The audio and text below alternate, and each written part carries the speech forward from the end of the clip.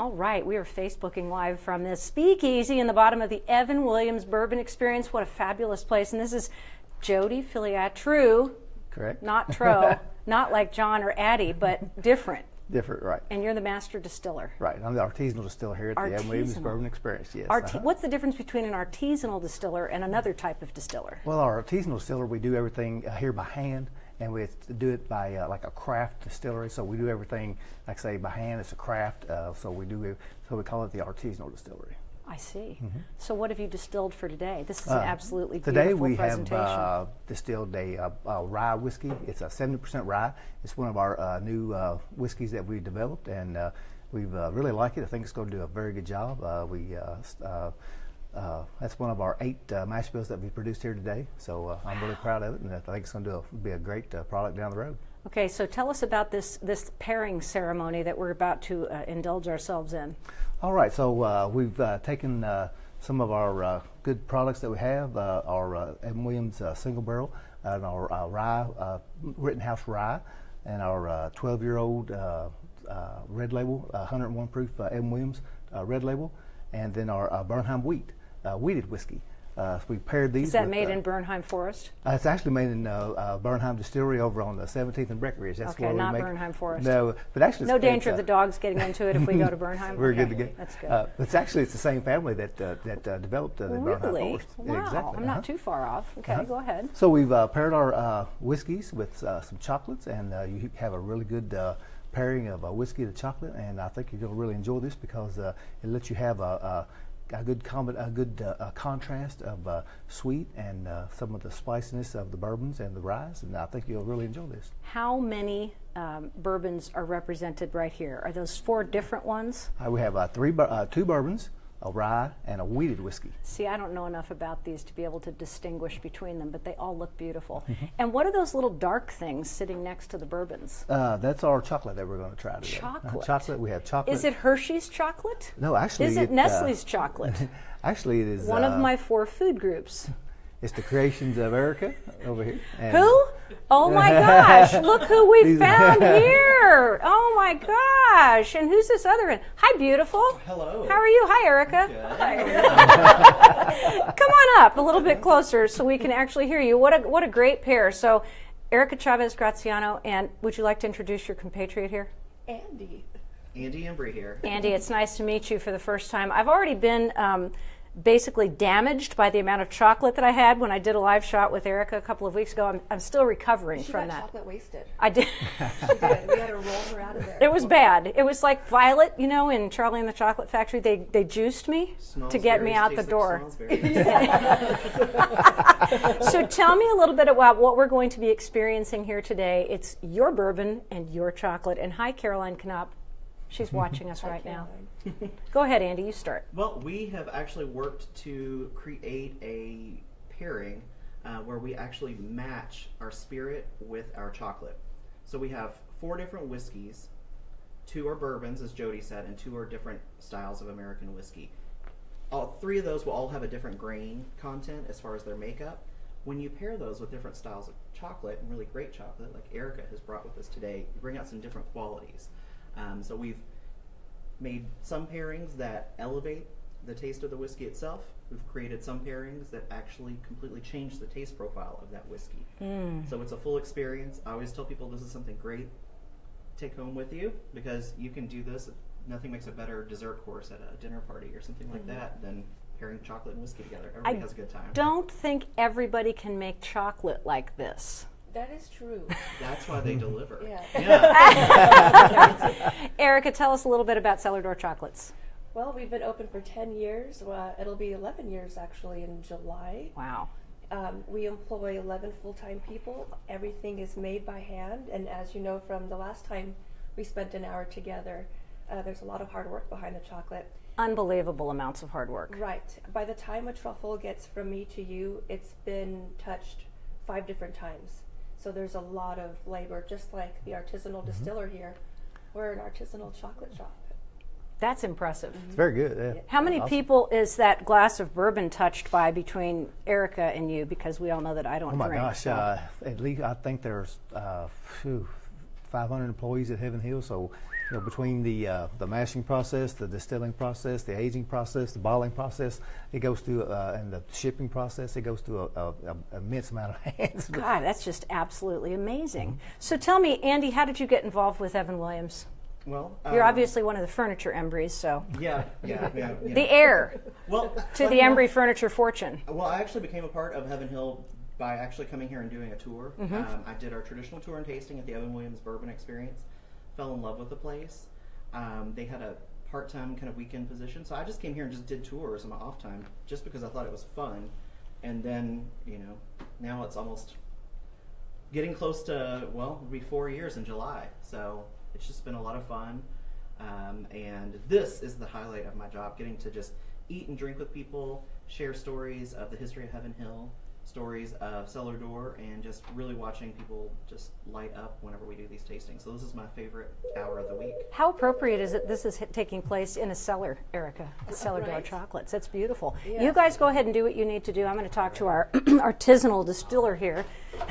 And Jody, what I'd love to know is what's the process of making bourbon from start to finish? Start to finish. Yeah, Okay, do it all in about 15 seconds. 15 seconds. All right, so we have our grains that come in. They're got locally from around here, about 90-mile radius. We've ground that up. We'll heat up we'll cook all our grains up. Then we have our fermentation process. Then we'll that's a 4 to 6 day process. Then we'll drop our distiller's beer. We'll drop that, put it in our beer still. That'll be the first distillation process. After we do that, we'll have our low wine and our heads and tails from the previous day. We'll put that in our whiskey still, and then that'll start our whiskey run. Wow. So we'll take that out. We'll put it in our gauging tank. We'll cut that down to 125 proof. Put it in a barrel, and then we'll send it out to Barstown, and that's where we'll sit for 6 to 8 years. And then when that's ready, we'll take it out and put it in the bottle. So they talk about planning for the Thunder Over Louisville experience a year in advance. You're planning 6 to 8 years in advance. That's exactly right. And really, we're trying to gauge what the trends will be 6 to 8 years down the road. So Wow, if yeah. we had a crystal ball and knew that, we'd be in good shape, but we don't. So we have to do we pretty much have to do just the overall planning schedule, just like with the rye boom right now. If we knew we were going to have this much explosion in the rye boom, we would have made more rye. Man, that's years like ago. the flu shot. See how it works. Right, you cast a big net and see what comes out. Exactly. So Andy is over there peeking out a peephole. And I want to know what's going on over there, because he's hiding and looking out the door. What's happening over there, Andy? We're about to bring some folks in to have some chocolate whiskey. So, Do they have to have a password? They do. Because this is a speakeasy. Yes. So they are getting a little backstory about the company, and then somebody's going to have to be the one that actually gets it right. What's the password today? We've made it really difficult. It's sweet and neat. That's what this is called, isn't it? Or what's the other name for it, Erika? Dirty and delicious. So Jody, when we're talking about bourbon in particular, and I know a lot of people get this confused, what's the difference between what's called bourbon and what's called whiskey? Well, make sure I get this right. All bourbon is whiskey, but not all whiskey. All bourbons are whiskey, but not all whiskeys are bourbon. Why? So to be a bourbon, it has to be at least 51% corn. Okay. Okay. Now a whiskey can be a Scotch whiskey. Whiskey is basically a general term for spirits. So you have a rye whiskey, you have a Irish whiskey, you have a Scotch whiskey. So whiskey is a pretty much general term. But to be, like I say, to be a bourbon, it has to be at least 51% corn, and then your secondary grain could be either rye or wheat. And then we use malted barley for the enzymes, and that helps us to convert the starches that we cook up into sugar. Wow, that's amazing. Does it have to be from Kentucky? You can make bourbon anywhere in the United States, but to be Kentucky straight bourbon whiskey, it has to be made in Kentucky and aged at least 2 years in Kentucky. Aha. That's a misconception. That's a misconception, yes. Yeah, everybody says, oh, it's got to be made in Kentucky to be called bourbon, but I've seen it called bourbon elsewhere. We'll just go ahead and go with that theory that Chad just had. Right. Now, people are knocking on the door, and I know you probably have to go, so come over here and let me steal this microphone back from you. Right. And I'm going to put this on Chad, me? Chad, because you're going to be actually doing some of the tasting. And so I need to know, in your beautiful purple jacket, what you're experiencing. And you're going to want to grab a seat, too.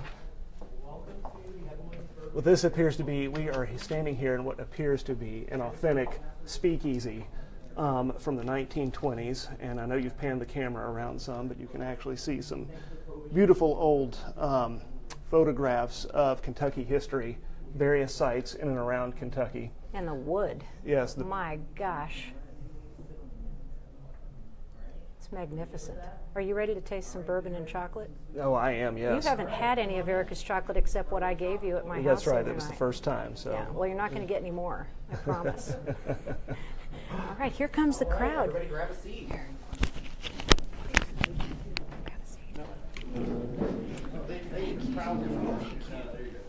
Okay, we're just watching.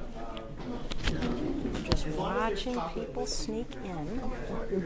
And I'm going to be very, very quiet in the process here because I want people to be able to get by me and see what they're doing.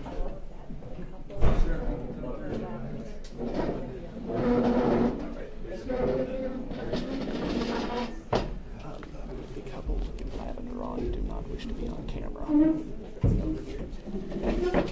are they? To your right. All right, and we have two spaces here. Two very unlucky people who will be having to today. More for us. How's everybody doing today? Good. Well, thank you all for joining us. My name is Andy. I am Guest Services Coordinator for Heaven Hills Distillery Visitor Experiences. We actually have two in the state of Kentucky. Right now you are in the Williams Bourbon Experience, but we also have the Bourbon Heritage Center in Bardstown, Kentucky. So if you are a bourbon or whiskey enthusiast, I recommend you visiting both of our centers. We talk about different products in both areas. The pairing that you're going to have today is going to cover the range of three different mash bills, but 4 different whiskeys that we produce under the Heaven Hill umbrella. We are the largest family-owned and operated distilled spirits company in the United States. And when we put this pairing together, we really wanted to work with another local company. And so we decided to pair ourselves with the Cellar Door Chocolates. I'm Erika Chavez-Graciano, and I own Cellar Door. We've been open for almost 11 years. We'll celebrate 11 years in July. For 3 years, we were the official chocolate of the primetime Emmys and of the daytime Emmys in creative arts and music and journalism. But right now, we sponsor most of the art programs here in Louisville. So Erika and I sat down to create this pairing by trying out a very scientific method. Very scientific. Very scientific. Do you know how? Double blind study. Trial and error. Yeah. Exactly. Erika brought her team here. We actually sat at this bar. I brought some of my teammates here. I pulled out all of my whiskeys. Erika brought all of her chocolates, and we sat and we drank and we ate. For about 3 hours. 3 hours. It was a very rough day. Yeah. Lunch was a must afterwards. We had to get tacos next door afterwards. But we kind of hit on some different things that, well, first of all, trial and error. Some things didn't pair well together that we thought some things did. So over the course of this tasting, you're going to see the kind of evolution of the different pairings that we hit on, and we consider these probably the best out of what we tried. So we're not going to try to give you a bad tasting here. Our goal here is to elevate the taste profile of these whiskeys, or in certain cases to completely change it. Which that'll be some fun a little bit later on. Now, who here is a whiskey drinker? Should see all hands. And I too. All right. Who here's a chocolate eater? Once again, everybody just raise your hand. So we have paired two of the greatest things together, and I think you're going to have a lot of fun during this tasting itself. We are actually going to start things off with a bourbon whiskey. So any whiskey that we're trying today, something that's kind of interesting, when it comes off the stills, it looks like this. It's not what you're used to seeing whenever you buy a bottle of whiskey, is it? Comes off the stills crystal clear. Looks like water. It's basically moonshine, yes. This is a corn-based whiskey as far as our bourbon goes. Doesn't taste like water though, thankfully. So this is what we call new make. Right off the stills. This is probably about 130 proof, so I don't recommend drinking it. We'll pack quite a punch right here at that point. But what we are going to do with this is we are actually going to put this into a brand new charred white oak barrel. That's where some of the magic takes place.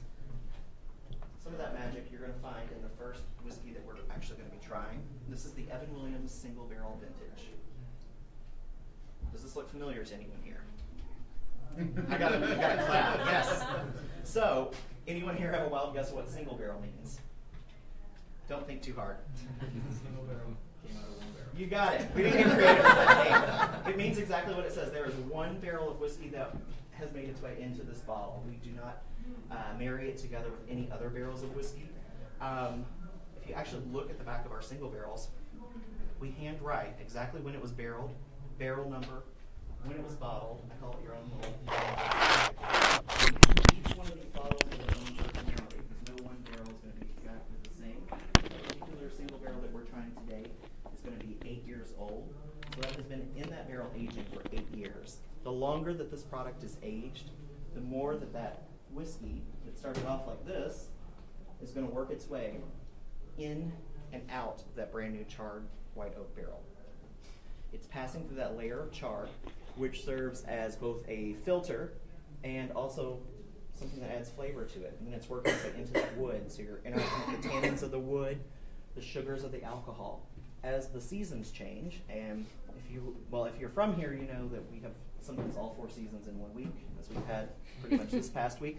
But we have a full range of seasons, which is really great for making whiskey and aging whiskey, because as the temperatures fluctuate, that whiskey works its way in and out of the wood. That's why for our single barrels, from vintage year to vintage year, there's a big difference in the taste profile. They're going to taste different for every single year that they are aged. And here we always have kind of a game where we all have our own personal favorite years or vintage years. Mine will always be the 03 barrels. Those are awesome. But they're all great. But it's kind of fun to compare different years and get different quirks and different qualities out of that. This particular bourbon is 78% corn, 10% rye, and 12% malted barley. The rye, though, is actually the flavoring ingredient. So whenever you hear someone say a wheat-heavy or rye-heavy product, it's not the highest grain because you have to have at least 51% corn to call it bourbon. But that secondary ingredient in this is the rye, which is going to add that pepper and that spice to it that you're pretty familiar with a lot of bourbons. Most of your bourbons today are going to be rye-heavy in their mash bill. This is also 86.6 proof. This is going to be the lowest proof that we try throughout this pairing. So it's only up from here. That's the best way to taste your spirits. Start with the lowest in proof, not just the age, and then work your way up from there. So this is actually going to be the glass that is at the top left-hand side of your plate. This is your cheater hand if you need one. If you stopped anywhere before you got here, you might need a cheater hand. Now, when we taste all of these whiskeys, and really any aged spirit, this can apply for tequilas and rums, the best way to do this is actually kind of a step-by-step process. For one, you are going to want to eyeball it. So you see it's got some nice color to it. 100% of the color that is in this product came from that aging process in that barrel. 60% of your flavor also came from that aging process in the barrel. You also notice that it's crystal clear in clarity. That's very important with whiskeys. Whiskeys, if they're exposed to oxygen too long, sometimes people will set bottles in windows, a cork will dry out, they can flock, which means too much oxygen has gotten into that, and it'll start to get cloudy or milky in color. It's not bad, but it's not the same quality that you purchased originally. So it's always recommended, once you buy a bottle of bourbon, drink it within about 2 years. It's not a problem for me. But some people, will get, nice high-end products, and they will want to keep those. Watch out, because if it has a cork, that cork a lot of times can dry out. Erika has a sad story to share with everyone. I bought a really old bottle of Four Roses at an auction, and I paid a really high price for it. And I thought, well, I'm going to save this for a special occasion. Well, one day I got mad at my significant other. I was like, I'm drinking this tonight. So I opened it up, and it tasted awful. And so what had happened is the cork dried out, and all that money, but I still drank it. It's not the same quality of product that you get. So, we produce bourbons and different whiskeys to be enjoyed and to be drank. You don't drink them all, in one setting, but, enjoy them. That's why we put so much time and effort into creating them. Now, the second step, whenever you're tasting any aged spirit, is you are going to nose that spirit. And the best way to nose it is it's your own glass. Get your nose right down in there. Don't snort it, though. That's not fun. smell it with your mouth closed, first of all. Not a whole lot going on there. What you're getting is just the alcohol in your sinuses. What you're wanting to do now is actually part your lips. Breathe in through your mouth and your nose. Now you're getting a lot of aromas that are in that spirit. What are you smelling in that? If you just smell bourbon, that's great, because that's what it is. I always get it like a warm vanilla. Creme brulee. A little butterscotch or toffee. Almost has a candy-like quality to it, right? Now, remember all those smells that you are breathing in, because you're also going to taste a lot of that on your tongue. The third and final step to this process is we're finally going to taste it. I feel like I've milked it enough, right? So, when we taste it, what we're going to do is we're going to do what we call the Kentucky chew. And what that is, basically we're going to take a little sip of this. We're going to let it roll around your tongue. Let it hit each and every taste bud that is on your tongue. When you do that, you'll get the nice full-bodied flavor first. Then you swallow it, and you'll get a nice warm finish off of it. All right. Cheers. Cheers.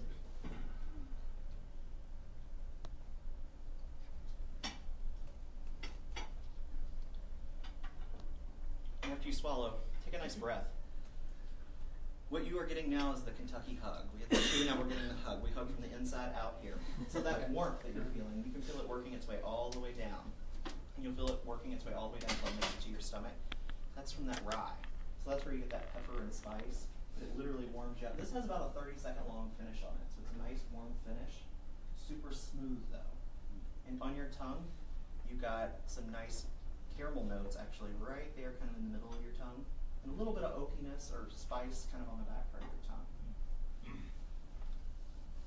Now we're going to mix things up a little bit. Yes, so this is how we're going to do the pairings, all four of them. We're going to take a sip, and then we're going to bite into the chocolate, let it melt in our mouths, and then take another sip and let the flavors marry. So with this guy, we have this cute little horseshoe. It is a 38% milk chocolate. And the reason we chose milk chocolate is because of the fat content and the dairy. It really cuts into the rye of this bourbon. So what it's going to do is going to take away the Kentucky hug. And let's try it.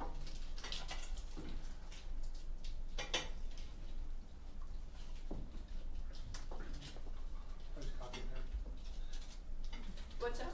I said he said bite it first, but I was copying you because you were taking another sip. Yeah, no, you got to take a sip first, then bite it, then another sip while it's still in your mouth. And then let it all melt together. So, what this has done is really highlighted the layers that are in that bourbon itself. Bourbon has a very layered effect on your taste buds. So you get the pepper and the spice, and you also get the sweetness. So it's kind of toned down some of that pepper and spice and really elevated that sweetness. So it's kind of highlighted the different things that are going on in that whiskey itself. Isn't that fun? And it really brought out the caramel notes and the Yeah, you really butterscotch. taste that kind of candy quality that you were smelling a little bit earlier. Are you a bourbon drinker now? No, but I love your chocolate. Okay. He's the bourbon drinker. Well, see, this is the one time where everybody can unite around something, and so it's just fun to kind of experiment with this, which is what we did. Yes. Now, we actually have tried some things that were similar to the whiskeys that we're trying. That wasn't necessarily good because they would compete with each other, kind of cancel each other out. Sometimes maybe create a bad aftertaste. So we really picked things, like I said, that have really highlighted those flavors. And this one was kind of where we first started. We started off with, Erika does like a lot of fudge and different things like that, which I wanted to do just so I could eat it every week. But there was almost so much going on in that, it competed with the whiskey. So we decided to pull it back, scale it down, and we just tried it with just the milk chocolate, and it was amazing. Going forward, we're going to get a little wild with our pairings. So the next whiskey that we are going to be trying is going to be Bernheim wheat whiskey. So Bernheim is a wheated whiskey. It has 51% wheat, but it has 37% corn. That's pretty unusual for a wheated whiskey. So it's sort of like the flip side of bourbon. So there's still quite a bit of corn in that. But when I told you about the rye, I told you that it was peppery and spicy. With the wheat, think about it like bread. Rye breads, got that peppery and spicy quality. What does wheat bread have? Sweetness, softness. So this is made with a soft winter wheat. Same thing is going to happen when you taste this whiskey itself. So this would not be considered a bourbon. This is not a bourbon. Yeah. Now there are wheated bourbons, right? there are wheated bourbons. We actually we have Old Fitzgerald. That was the first wheated bourbon ever out on the market. So sort of like with the single barrel, the 10% rye we had in that, you would have about that percentage of wheat in a wheated bourbon. They're also going to be sweeter and softer. I like them with a little splash of water. Kind of opens them up a little bit. Larceny is an offspring of Old Fitzgerald, and so that's a newer product that we have. It's very popular and it's delicious in different cocktails and things What's like that. the percentage on that then? I believe Larceny has, I want to say 12%, but don't quote me on that. I'm not as familiar with the wheated bourbon. Now, the Bernheim, like I said, still has that 37% corn, but 51% wheat. Hold that glass up. It's the one on your right-hand side. Cheat your hand again. All right. You hold that up. It's 7 years old. It says on the front, age 7 years. Now, this is also a small batch whiskey. Andy, Uh-huh. she has a question. Yes. What is the proof of the bourbon? This is 90 proof. So we're going to go up a little bit. The last one was 86.6 proof. But this is also small batch. Does anyone here know the legal definition of small batch? Good. That was a trick question. There is no legal definition. It's whatever you want it to be. So for different companies, it means different things. Some companies can put together well over 1,000 barrels, still call it a small batch. For Heaven Hill, we use no more than 200 barrels for this. Much like the single barrel, you're going to be pulling select barrels from select areas of the rick house, marrying those together to create a nice, high-quality product. You're going to have a little bit more of it to go around, so it's going to be more consistent in its flavor. Like I was saying, this is 90 proof, so we've gone up just a little bit. It's 7 years old, so it's pretty close to the single barrel in age. If you hold that up, look at the glass. Color-wise, it's pretty similar to the single barrel. Now you're going to have a big difference here when you nose it. So everybody, you know the trick now. Part your lips, hold it right up to your nose. What do you smell? It's very soft and sweet, kind of like I was saying wheat was. Very mild though. It's just got a nice soft quality. Same thing's going to happen on your tongue. So let's all take a little taste of this. Let it roll around our tongue.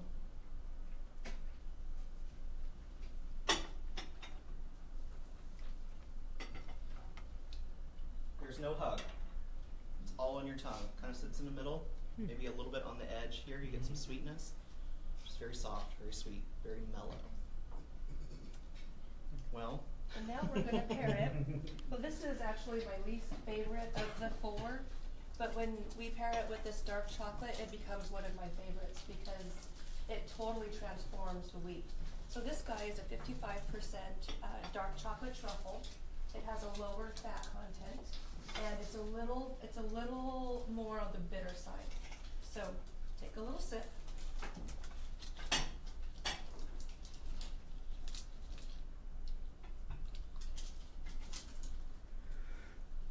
That's some damn good chocolate. Oh my god. Right? A little whiskey.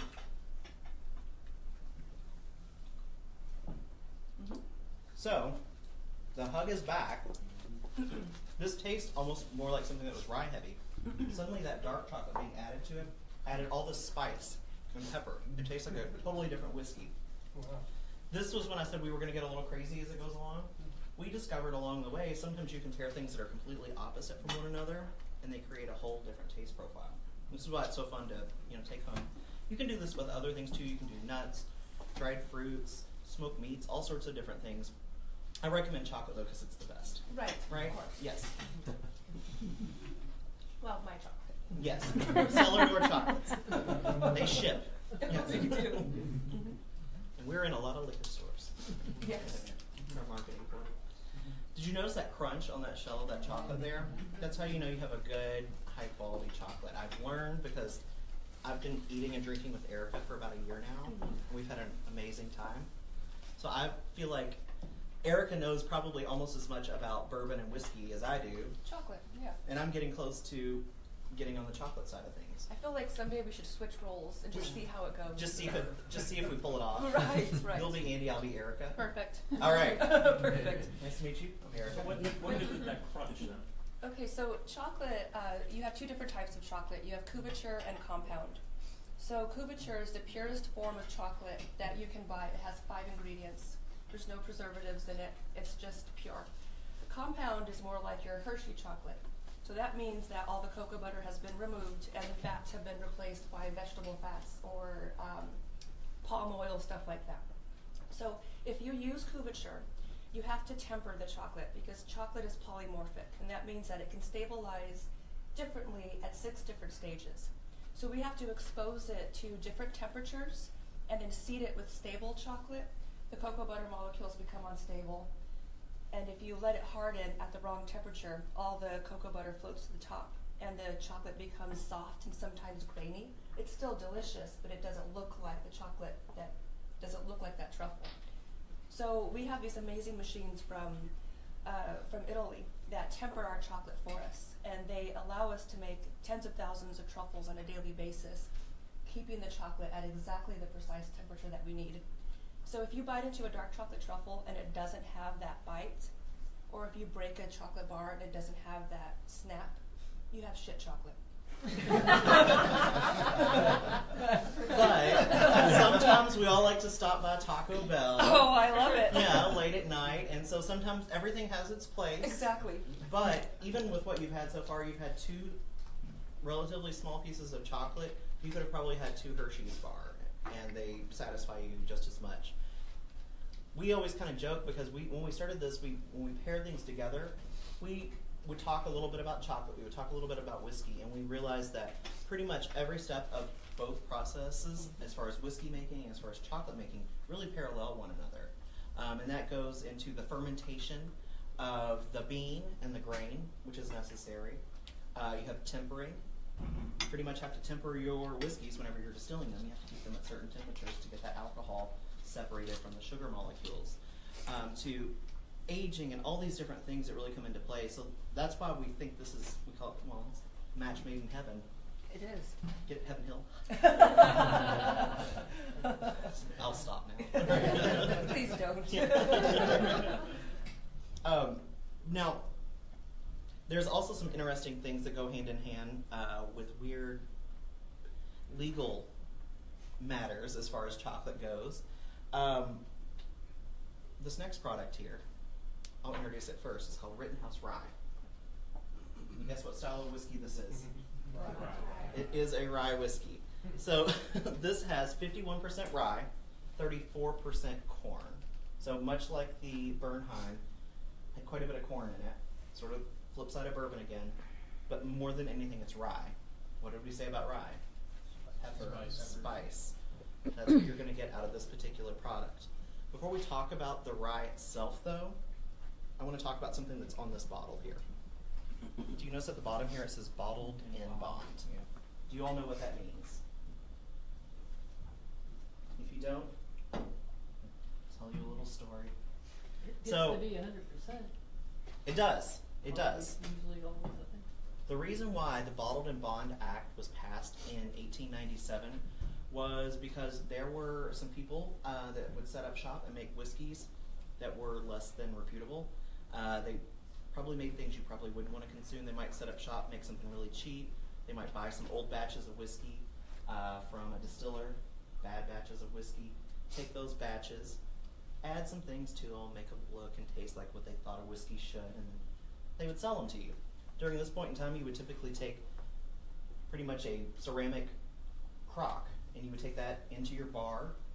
You would fill it up from a barrel. You had no idea what you were getting.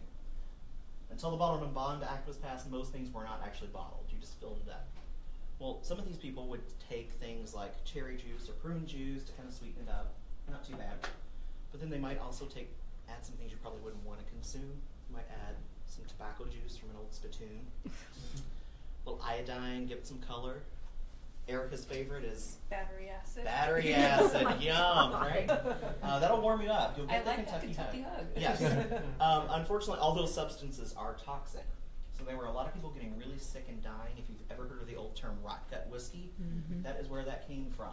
There was a lot of really bad whiskey floating around, and all of the distillers in the area that were working hard to produce a high quality product were getting a bad name because people were getting sick and even dying from this. So they all got together and they had the Bottled and Bond Act passed. So the Bottled and Bond Act is actually the first piece of consumer protection legislation ever passed in this country. It was passed in 1897, and what that meant is anything that's marked bottled and bond was going to be, you said it earlier, 100 proof.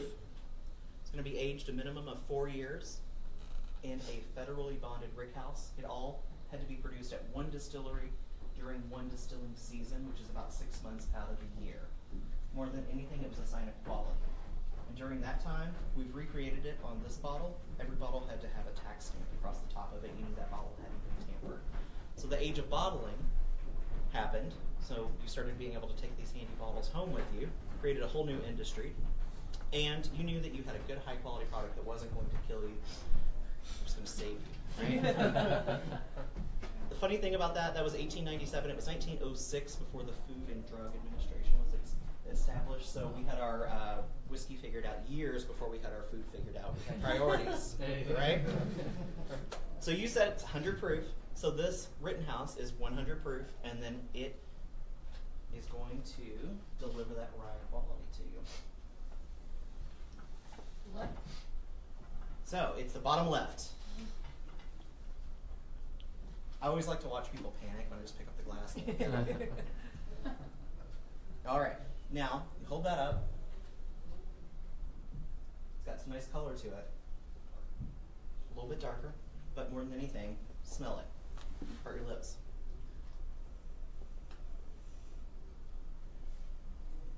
Smell all that pepper, spice. Almost like baking spices. I smell a lot of clove. Clove. Yeah. Now, a good story about this is Erika had no real. Had you ever had it before? I've never had a rye before. So she'd never had a rye before. We did this pairing and tasting together. And this is now her go-to whiskey. Absolute favorite. Well, I like Manhattans without vermouth, so basically I just like bourbon on its own. But this is the one I order now with a little bit of bitters. Well, and the great thing is, this makes an awesome cocktail. This is the #1 featured rye whiskey on bars across the United States. But you're going to have pepper and spice. Excellent for cocktails, because you have that pepper and spice.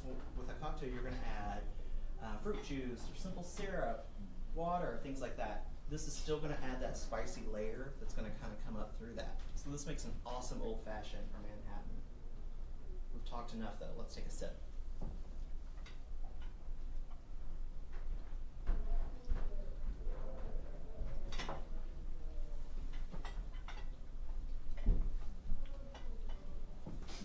Get all that spice and that pepper right along the back part of your tongue, too. You get a lot of that. Now, remember what we did with the soft, sweet Bernheim? Similar concept with Similar. the chocolate. So we have a 38% milk chocolate truffle. It's the chocolate we had in the first pairing that turned into a truffle. And so what a truffle is it has a ganache center. And our ganache, we try to use as few ingredients as possible. Our ganache is just chocolate and heavy cream.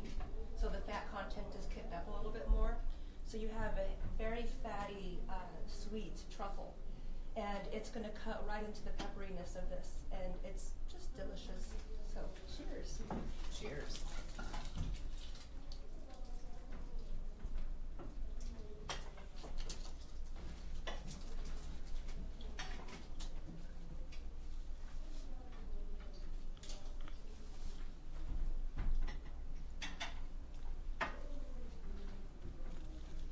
So the hug is basically gone.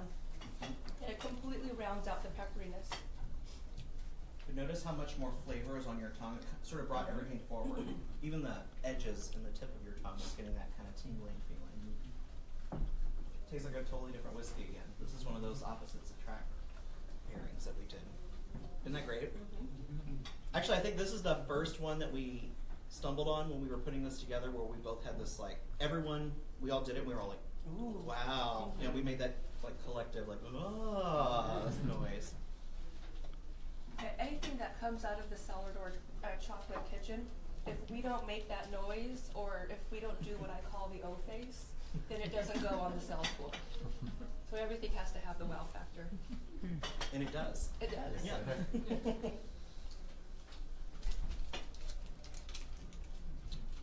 All right.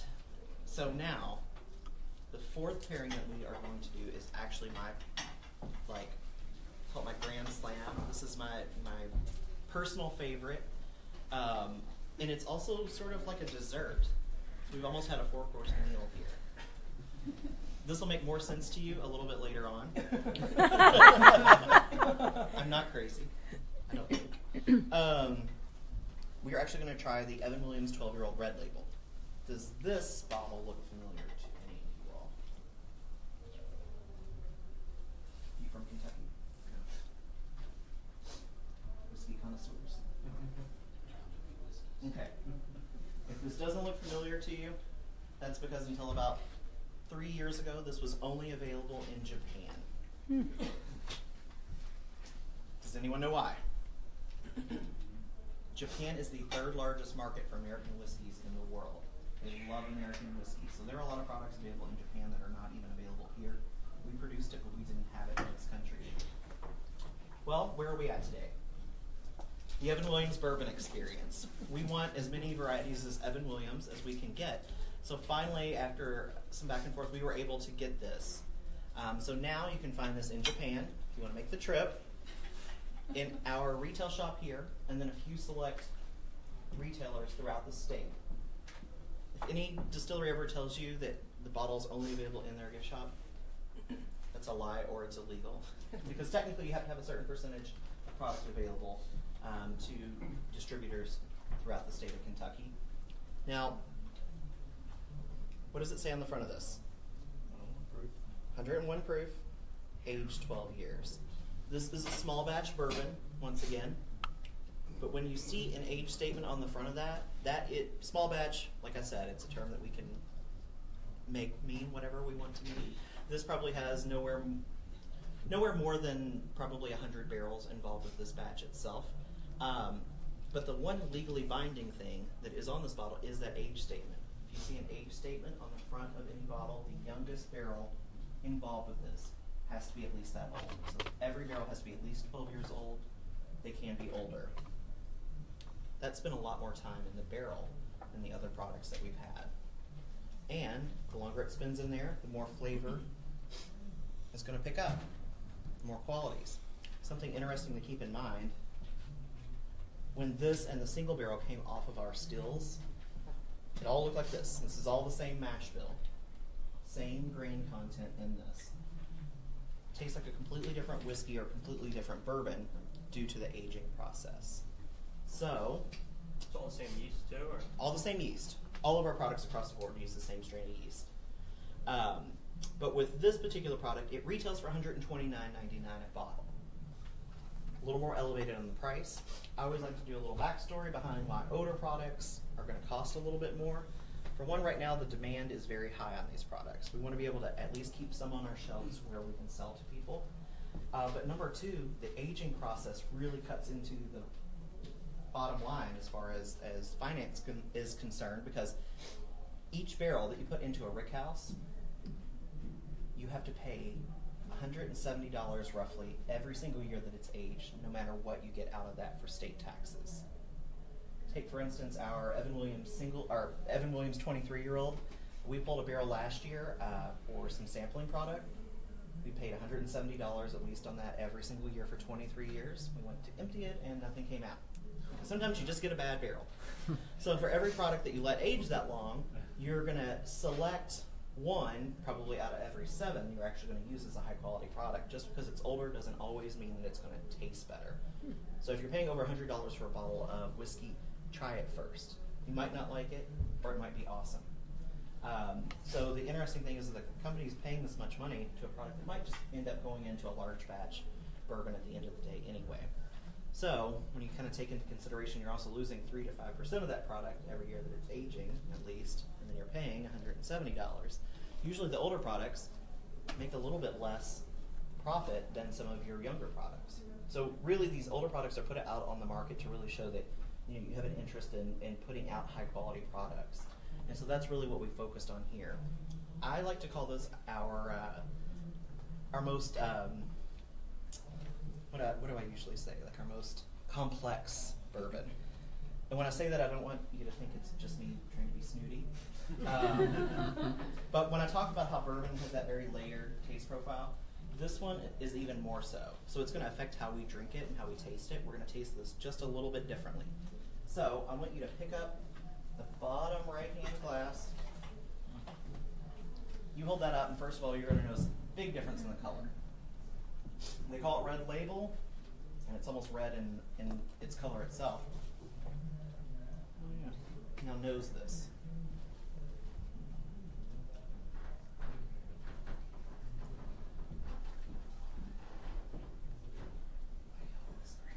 Someone that's like a real drink, and I said, you know why? Because it's almost like a scotch.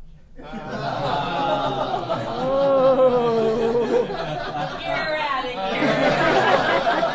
You know the password in, but do you know the password out? Talk about rot gut. Yeah. So, funny fact, when we get done with our barrels, we can only use them one time for bourbon whiskey because we are the strictest as far as regulations go on whiskeys.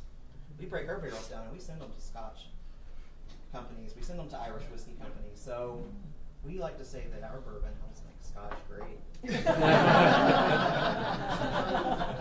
Truth is, I like all varieties of whiskey.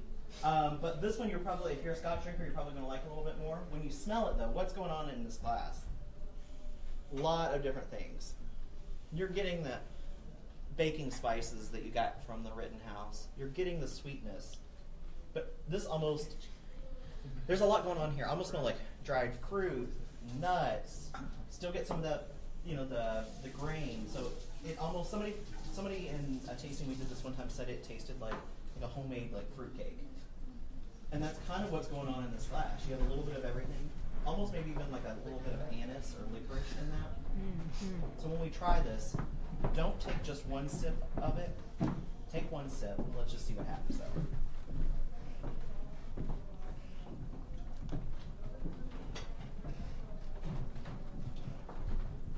So that first time kind of settles right to the back of your tongue, right in the middle. You get the baking spices, you get kind of that smokiness, right? This is the crazy part. The second time you try it, it's going to move to completely different taste buds on your tongue, and it's going to taste, you're going to actually taste all the dried fruits and all the sweetness in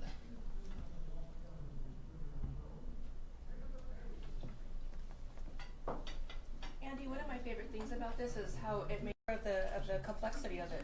Because when you salivate, it really opens up your taste buds. So if you notice now, all on the edge there, notice all that sweetness that's picked up out of that?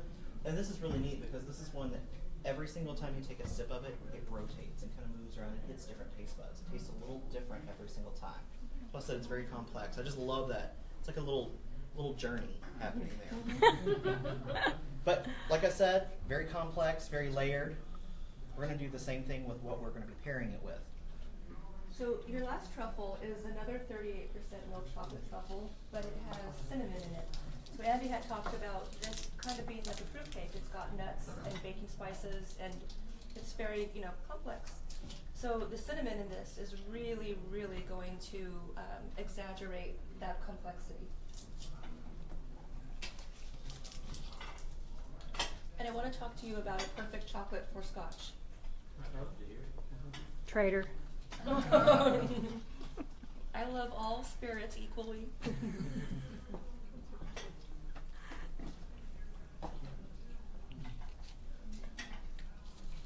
is like dessert, like I said.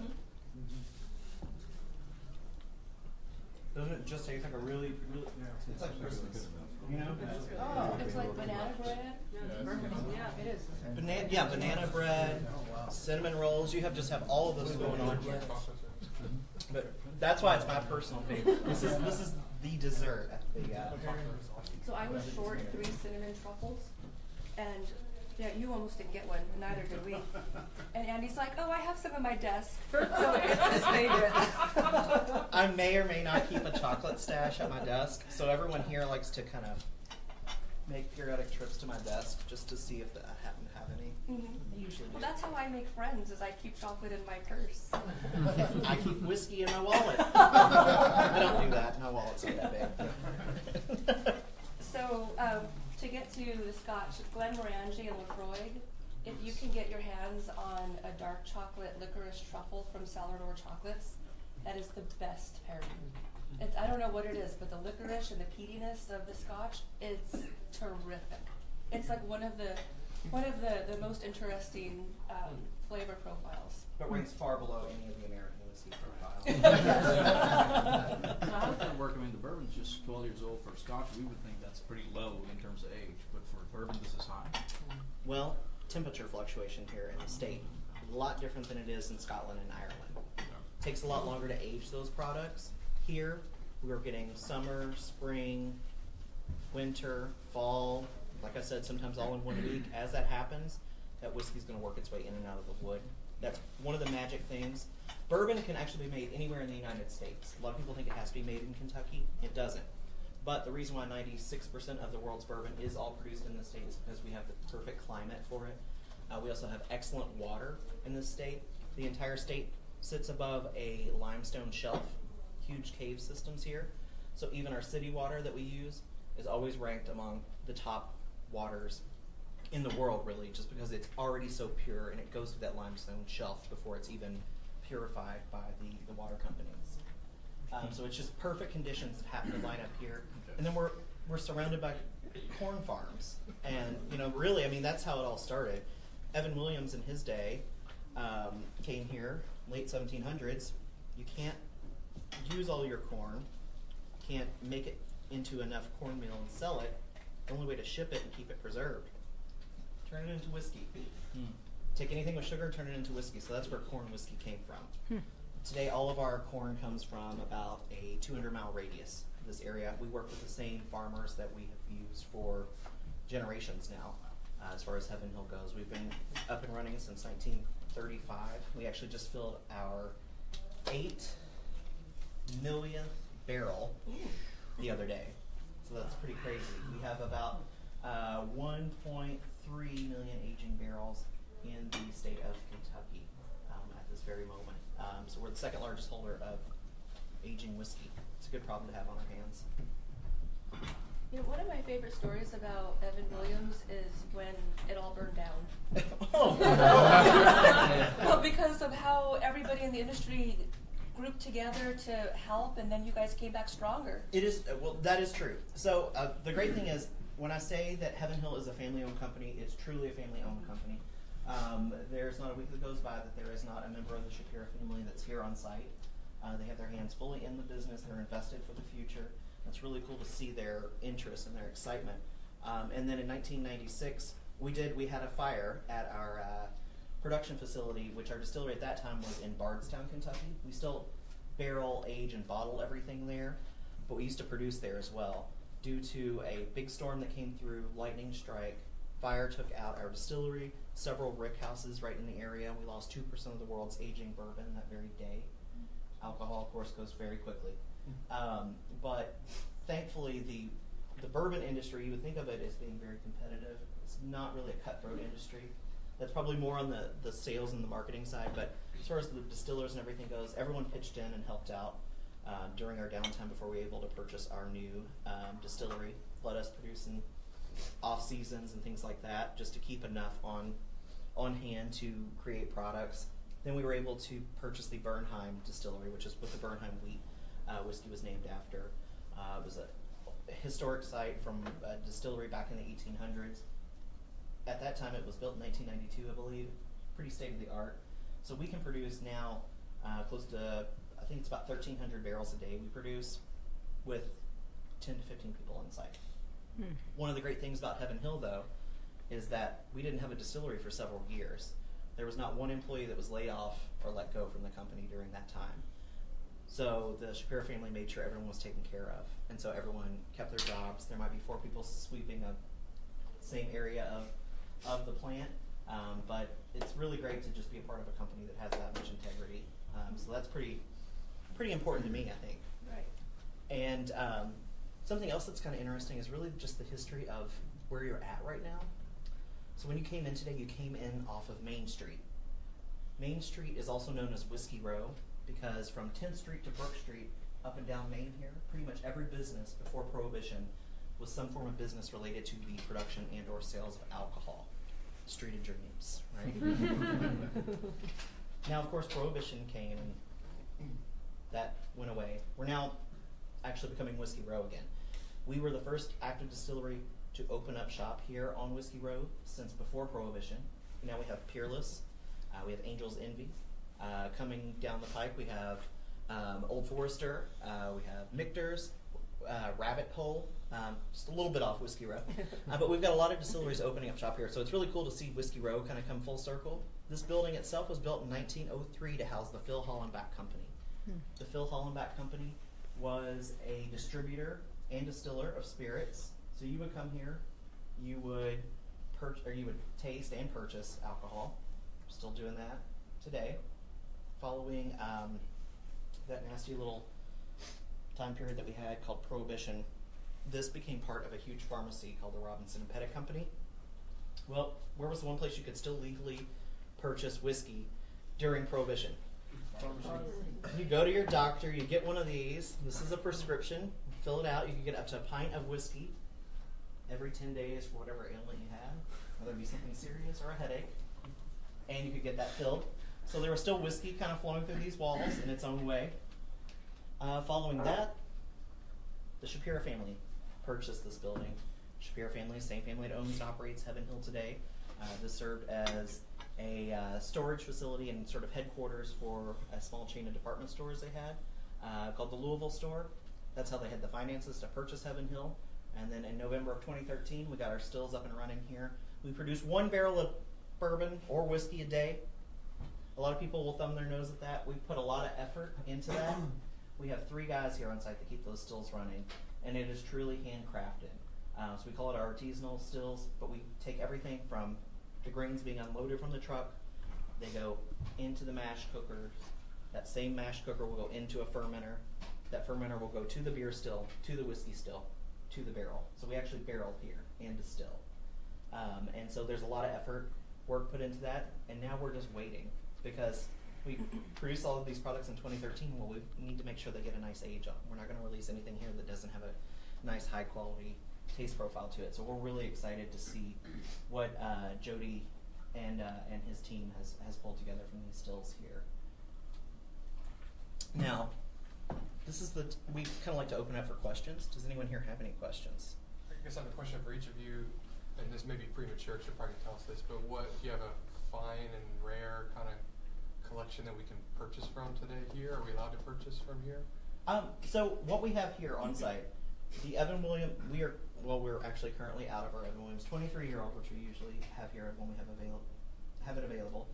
We do have our Elijah Craig Barrel Proof, which was named Whiskey of the Year last year by Whiskey Advocate magazine. Is it the 18-year, or is that a different product? It's a 12-year-old, but it is barrel proof. So I think I want to say it's 134.5 or 135.4. Get it confused in there. We have the Evan Williams 12-year-old red label. We have a relatively new product out. It's called Evan Williams Master Blend. They've taken a little bit of each variety of the Evan Williams line, combined them all together. And the concept behind it's pretty interesting. They have to work each time they produce that because those varieties taste different each time to create that same taste profile. So they have to take different percentages of each to create that taste profile. It's really excellent. And I'm trying to think of what else we have right now. We have our Pikesville Rye, which is now available nationally, but we've got a lot of different things, and then we carry different things at the Bourbon Heritage Center in Bardstown too. So it just depends on the time of year. Usually, some of those limited releases, we get them, and they may leave us that same very day. And as far as the chocolate, the rare stuff, you can always buy the chocolate here. We don't have all of our offerings here at the gift store, but where are you staying? Do y'all ship? We do ship. Are you staying downtown? Yeah. Where? In the Sealbach. Oh. Okay. Well, you can Actually, if you have brunch there, you'll see my chocolates. Okay. But I have a store on the corner of 4th and Chestnut, which is just 1 block away. Okay. And the rarest chocolate that we have, it's a part of the Barnhart Bar collection. That's the stuff that we make ourselves. So we import beans and we grind and we make the chocolate. And there's 6 different percentages, and it's our own proprietary blend. It's fantastic. But the other nice thing about those bars is that Janine Barnhart, who's a local artist but nationally known, she designed the wrappers. And when it comes to my company, I put my money where your mouth is. All of our ingredients all of our money goes into the ingredients. So I rarely make a big investment into packaging. But this bar is different. So it's wrapped in paper that's meant to be framed. It doesn't have our brand on it, and each bar is hand signed by the artist. And she and her sister, Doreen, they're twins. They're the official artists of the Kentucky Derby Festival poster. So their star is on the rise again. But yeah, that bar would be the rarest. We will have another round of Bean to Bars coming out, in about 2 months. But we'll have all of that on our website, and we'll ship anywhere in the country. Okay. But you better hurry, because it's getting hot and chocolate melts. Any other questions? Yes. So I know for certain liqueurs and stuff in different countries, they require countries to kind of hold back a certain percentage of reserve. Mm-hmm. Does that apply to bourbon? It does. Okay. Yes. Yeah. I want to say the number is 10% that we have to hold back of everything that we produce to be available also to different distributors and things like that. They may choose not to carry them. Usually things with a higher price tag, they're probably not going to want to put on their shelves, but we legally just have to produce that and keep extra. Another funny thing is a lot of people will go to a distillery and go to their gift shop and think that products are probably going to be cheaper than they would be at a liquor store. That's not necessarily true. For one, we don't want to compete with local business, so we never put our products any lower than a local liquor store would carry them. But also, we produce, we barrel, we age, we bottle, we label, then we sell it to our distributors legally, and then we buy it back because we can't sell it straight from ourselves. So we buy our own product back to sell. So that kind of usually explains. I know. Sometimes I'm like, what? Yeah. So that's part of what goes into the pricing of it. We also do have an advantage though. It's our home base. People are going to buy our stuff, and we have some products that are more limited in release though. So I think it all pretty much balances out as far as the fairness of it. Any other questions? Yes, sir. Andy, after your story earlier about the old bottle of bourbon you had, that the air intrusion caused a chemical reaction which affected the flavor. I do have some old bottles of bourbon, and now I'm paranoid that this is crap that the corks have dried. Is there anything that I can do to curtail this from happening? Never in direct sunlight. Room temperature, not too cold, not too hot. Look at it. Okay. If you see cloudiness, fogginess, it's time to start drinking. That's what it's meant for anyway. Yeah. Yeah, that's the first clue, and usually it'll start at the bottom. It'll almost look like sediment. What it is, oxygen's getting to it. Some of those sugar molecules are turning back into sugar molecules. Right. But it's still safe to consume. But once you see that, you probably want to start drinking it. It's not going to taste the same as it was originally meant to be consumed. Okay. Can you start on the side like you do with wine? Yeah. So that will help a little bit, but also you have to think the amount of alcohol that is in that will also start to eat at the cork as well. So it's a double-edged sword. It will keep the oxygen from coming into it as quickly. Anything with a cork, though, unless it's got a nice wax seal on it, like our red label and our single barrel, we wax seal it plus the cork, so you've got a longer shelf life on it. But if it's just a cork itself, even if it's like a little plastic wrap, you have probably less time on it. Mm-hmm. That was my problem, plastic wrap. Erika learned the hard way. I did. Yeah. Andy, she had a question. Yeah. It's just to go on the other question. Is the distributors, when you buy them back, do they limit you all, or are they pretty good about letting you buy back what you want? They limit us. They do. Yeah, we're actually we're probably the last in line. So with some of our limited releases, it's going to be offered to everyone first before it's offered to us. So we get a smaller amount of our own products too. Yeah, it is. But we produce it, so we're making we're making the profit off of that too. But yeah. All right. How does that work when you said like the majority of like maybe the red label or whatever is here, but y'all still obviously have to distribute it other areas of the country. So how does that work if y'all are the last in line? Through the state. So we have 10% that we've held. We can't sell it. So we're just holding on to it to be available for distributors to carry in other locations. But we're the last in line with products that are available countrywide. So like when we get our Parker's Heritage releases, even the Elijah Craig 18-year-old, things like that, we're usually kind of towards the end of it. There's only a limited amount that we produce. But, we usually try to keep the Evan Williams 23 online, but we don't have any right now because it's just completely been allocated out and sold. We actually have had to put limits on our products. You used to be able to buy multiple bottles, but you can only buy, usually of our limited releases, 1 bottle per year, and we'll scan your ID, just because we don't want one person coming in and buying all of them and then nobody else have the opportunity. We try to be as fair as possible, but still, usually there's a line the day of any release out the door. People camp out, actually. So hold the phone. Scan your ID so that you only buy one. So there's a database here? Yeah, in our computer system here. Huh. So you can only purchase like say we had a special Derby release bottle for the Kentucky Derby Festival, special proof single barrel. You only buy one bottle. That's kind of nice though, because a lot of times people buy a bunch of them and then you see them on eBay for way more. And and that's its own market. We don't thumb our nose at anything, but we want our guests and our customers to have as fair a chance as any to get a hold of some of those at the normal retail price before they're re-released. Right. All right. Any more questions? I have one. What was the name of your chocolates? Your store? Cellar door chocolates. Okay. And a good way to remember that, because we're downstairs, pretty much in a cellar. Okay. I'm gonna give everyone a skeleton key, because Cellar Door Chocolate's logo is a skeleton key. Perfect. Thank you. So this key,